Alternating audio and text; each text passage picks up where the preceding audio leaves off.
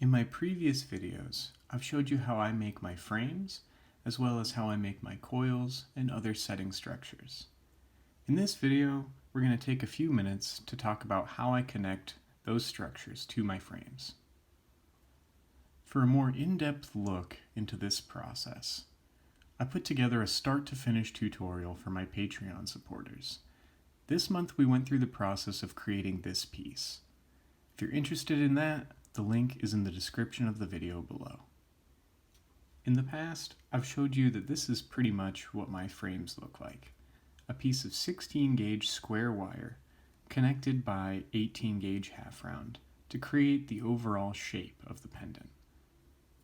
One of the key elements of framing that I kind of glanced over but didn't really talk about is the fact that it has to be square.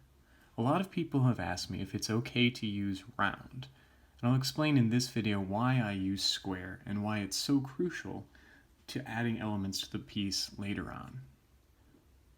Using square wire for this gives me a shape to connect my elements to that is easily secured and won't twist once it's locked into place. I'll show you what I mean.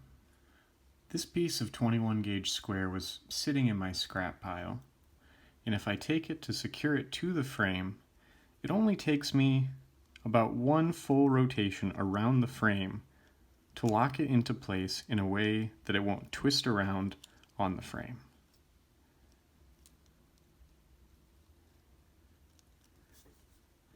This minimizes the bulk and makes sure that I'm not wasting any extra silver.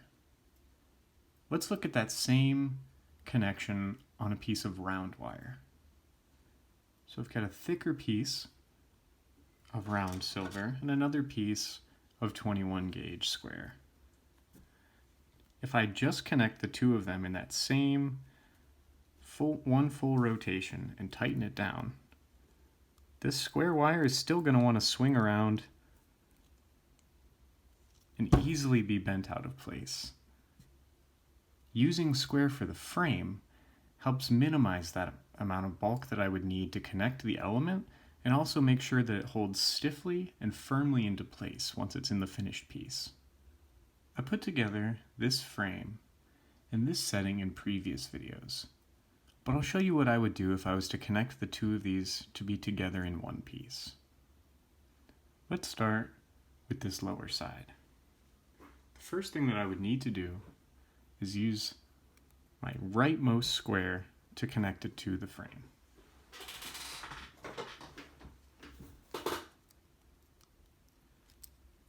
I'm going to go ahead, twist this square wire just above where that 18 gauge connects.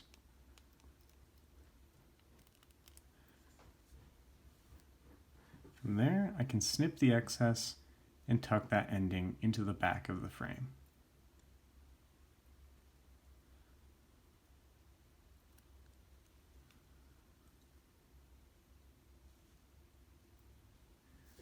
Next, I'm going to take the other outermost square and wrap that once around my frame, bringing it all the way around the frame, one full rotation, trimming the back short and tucking the ending into the frame. From there, the bottom of my setting is secured to the frame. I could go back and connect these other two wires in whatever way keeps them out of the way as much as possible and without creating much bulk. For now, I'm going to go ahead and secure the top wires. To do so, I'm going to take my leftmost square, bring it down and around my frame, and wrap it around once, and pinch the ending in to secure it to the frame. Without even securing anything yet, it's already solidly in place. Using the square for the frame makes it easy for me to secure these endings without adding all the unnecessary bulk I would have to use to keep it firmly in place with a round wire frame.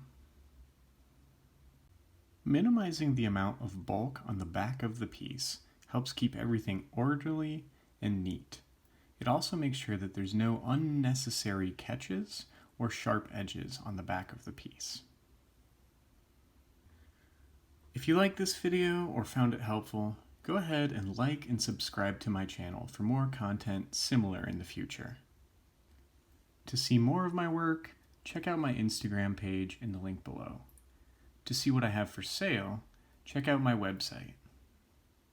I always look forward to your feedback on these videos. Leave me a comment and let me know what you think.